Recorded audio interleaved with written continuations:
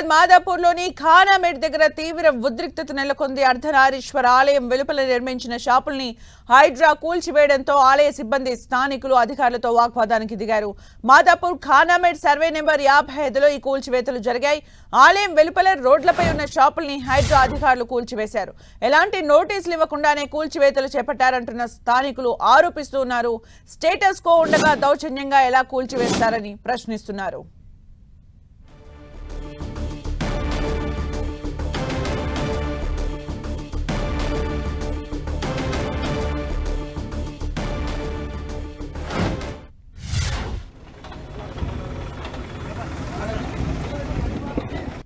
మాదాపూర్ ఖానామేట్ దగ్గర అక్రమ కట్టడాలను హైడ్రా అధికారులు కూల్చివేస్తున్నారు. అయితే ముందస్తు సమాచారం ఇవ్వకుండా కూల్చివేస్తుండటంతో స్థానికులు ఆందోళన చేపడుతూ ఉన్నారు. హైదరాబాద్ మాదాపూర్లోని ఖానామేట్ దగ్గర తీవ్ర ఉద్రిక్త పరిస్థితి ఏర్పడింది. అర్ధనారీశ్వర ఆలయం వెలుపల నిర్మించిన షాపుల్ని హైడ్రా కూల్చివేయడంతో ఆలయ సిబ్బంది స్థానికులు అధికారులతో వాగ్వాదానికి దిగారు.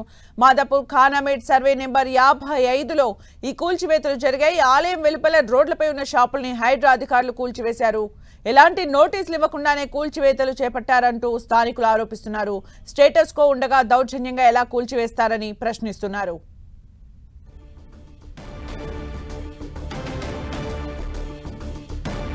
ఇక పూర్తి అప్డేట్స్ మా ప్రతినిధి రాముడు అందిస్తారు. రాముడు.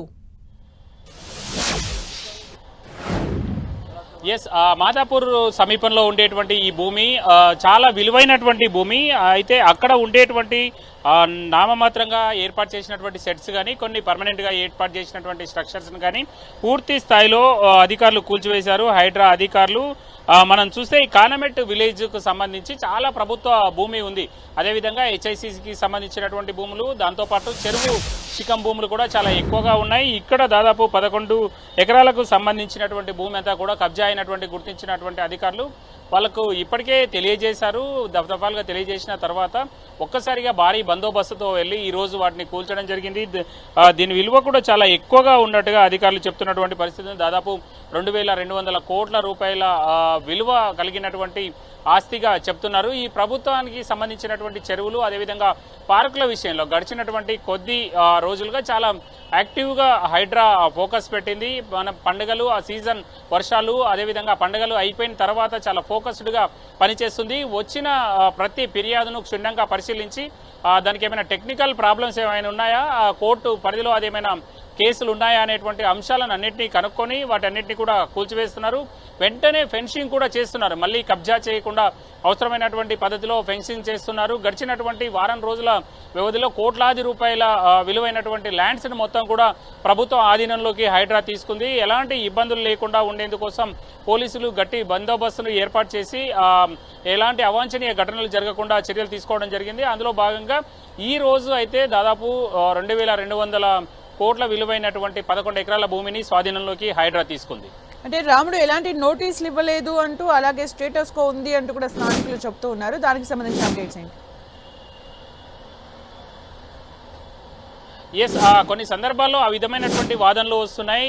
ఎవరైతే అక్కడ కబ్జాలో ఉన్నారో వాళ్ళ వైపు నుంచి ఆ విధమైనటువంటి వార్తలు వస్తున్నాయి. కానీ ఇలాంటి అంశాలకు సంబంధించి హైడ్రా దగ్గర స్పెషల్గా లాయర్లతో పాటు రిటైర్డ్ అయినటువంటి జడ్జి, అదేవిధంగా అలాంటి న్యాయ నిపుణులు అందరూ కూడా ఉన్నారు. ఎలాంటి ఇబ్బంది లేకుండా అవసరమైతే కోర్టులో దానిని ఫేస్ చేసే విధంగా ఉండేటువంటి ప్రతి అంశాన్ని కూడా అధికారులు క్షుణ్ణంగా చూస్తున్నారు. ఎక్కడైనా స్టేటస్ కో ఉండి కోర్టు ఆదేశాలు ఉండి నాట్ టు ఎంటర్ అనేటువంటి కోర్టు ఆదేశాలు ఏమైనా ఉంటే తప్ప దానిలో ముందుకెళ్ళట్లేదు. కానీ మిగతా అంశాలు ఏమున్నా కోర్టులో సాధారణంగా జరుగుతుంటే మాత్రం, ఆ వాదనలు జరుగుతుంటే మాత్రం అలాంటి అంశాల్లో మాత్రం వాళ్ళు చర్యలు తీసుకుంటున్నటువంటి పరిస్థితి ఉంది. మనం చూడొచ్చు, గతంలో బంజారాహిల్స్లోని చాలా ఖరీదైనటువంటి భూమి, బంజారాహిల్స్ అక్కడ ఉండేటువంటి క్యాన్సర్ హాస్పిటల్ పక్కన ఉండేటువంటి భూమి విషయంలో కూడా అదే విధమైనటువంటి పరిస్థితుల్లో ముందుకెళ్లడం జరిగింది. ఇప్పుడు కూడా ఇదే విధమైనటువంటి పరిస్థితులు.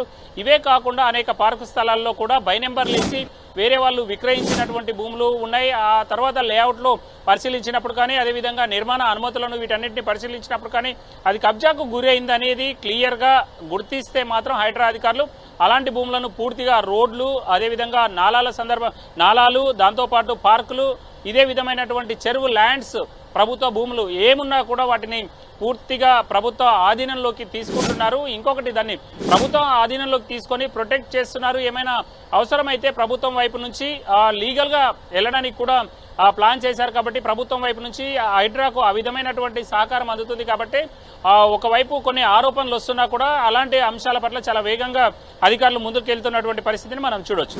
అంటే రాముడు ఇప్పుడు ఏవైతే కూల్చివేతలు చేపడుతున్నారో అర్ధనారీశ్వర టెంపుల్ వెలుపల అని చెప్తున్నారో, అంటే అక్కడ ఎలాంటి నిర్మాణాలు ఉన్నాయి, అక్కడ పర్మనెంట్ నిర్మాణాలు ఉండేనా, షెడ్స్ టైప్ లో ఉండేనా, అసలు ఎన్ని నిర్మాణాలు ఉన్నాయి, ఏమంటున్నారు? ఎస్, పదుల సంఖ్యలో అక్కడ నిర్మాణాలు ఉన్నాయి. మనం చూస్తే కొన్ని షెడ్స్ బ్లూ షీట్స్ తో ఏర్పాటు చేసినటువంటి షెడ్స్ ఉండగా మరికొన్ని కొంత గట్టిగా పర్మనెంట్ గా చేసినటువంటి నిర్మాణాలు ఉన్నాయి. వీటన్నింటినీ కూడా కూల్చివేసినటువంటి పరిస్థితి. ఏదైతే స్థానికంగా ఉండి పేదలుండి అలాంటి అంశాల్లో మాత్రమే కొంత బ్యాక్ ఉంటున్నారు తప్ప అక్కడ పేదలు ఉంటున్నప్పటికీ కూడా కొన్ని సందర్భాల్లో ఆ పేదల దగ్గర నుంచి రెంట్లు వసూలు చేస్తున్నారు అనేటువంటి అంశాలు ఉన్నాయి. మనం చూస్తే ఇటు మాదాపూర్ సున్నం చెరువు ప్రాంతంలో కూడా అదే విధమైనటువంటి పరిస్థితి. చాలా మంది అక్కడ తమ భూములను ఆక్రమించేసి పేదలను ముందు పెట్టి కబ్జా చేస్తూ కొంతమంది రాజకీయ నాయకులు అదేవిధంగా కొంతమంది దళారులు ఉండి ఈ విధమైనటువంటి చర్యలకు పాల్పడుతున్నారనేది ప్రధానంగా హైడ్రా కమిషనర్ రంగనాథ్ ఆరోపిస్తున్నటువంటి పరిస్థితి ఉంది. అలాంటి అంశాలను క్షేత్రస్థాయిలో ఉండేటువంటి పోలీస్ స్టేషన్ నుంచి డీటెయిల్స్ తీసుకోవడం, ఎవరు దాని వెనకాల ఉన్నారు, నిజంగా పేదలే అక్కడనే ఉన్నారా లేదంటే వేరే వాళ్ళు కబ్జా చేసి వీళ్ళను రెంట్కి ఇచ్చి లేదా తక్కువగా వాళ్ళకు కేవలం షెల్టర్ మాత్రమే ఇచ్చి వాళ్ళను ముందు పెట్టి ఈ భూములను కబ్జా చేయడానికి చూస్తున్నారనేటువంటి అంశాలపైన అన్నింటిపైన కొంత ఫోకస్డ్గా నిర్ణయం తీసుకున్న తర్వాతనే ఫోకస్డ్గా వివరాలన్నీ తీసుకున్న తర్వాతనే ఈ విధమైనటువంటి కూల్చివేతలను అయితే చేస్తున్నారు. కొన్ని సందర్భాల్లో మనం చూడొచ్చు, అంటే ఒకేసారి వచ్చినటువంటి హైడ్రా సిబ్బంది కానీ పోలీసులు కానీ మొత్తం ఉన్న పలంగా తమ ఇంట్లో ఉండేటువంటి సామాన్ను కొన్ని సందర్భాల్లో తీసుకోనియకుండా కూడా కూల్చివేతలు చేస్తున్న సందర్భాల్లో వాళ్ళు ఆవేదన వ్యక్తం చేస్తున్నటువంటి పరిస్థితి ఉంది. తమను ఈ విధంగా ఇబ్బందులకు ఎలా గురి చేస్తారని వాళ్ళు ప్రశ్నిస్తున్నటువంటి పరిస్థితి ఉంది. కొన్ని సందర్భాల్లో అయితే వాళ్ళ సామాన్లు అన్నింటినీ హైడ్రా సిబ్బంది పక్కకు పెట్టేసి వెళ్ళిపోవాలని వాళ్ళకు ముందే చెప్తున్నారు. కానీ వెళ్ళిపోయినటువంటి సందర్భంలో వాళ్ళ సామాన్ అంతా కూడా బయట పెట్టేసి ఆ నిర్మాణాలు అన్నింటినీ తాత్కాలికంగా ఏర్పాటు చేసినటువంటి గుడిసెలు కానీ అదేవిధంగా షెడ్స్ కానీ మిగతా నిర్మాణాలను కానీ కూల్చివేస్తున్నటువంటి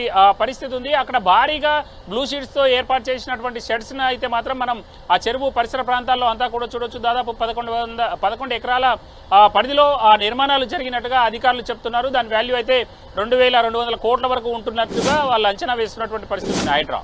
థ్యాంక్ యూ రాముడు ఫర్ ద అప్డేట్స్.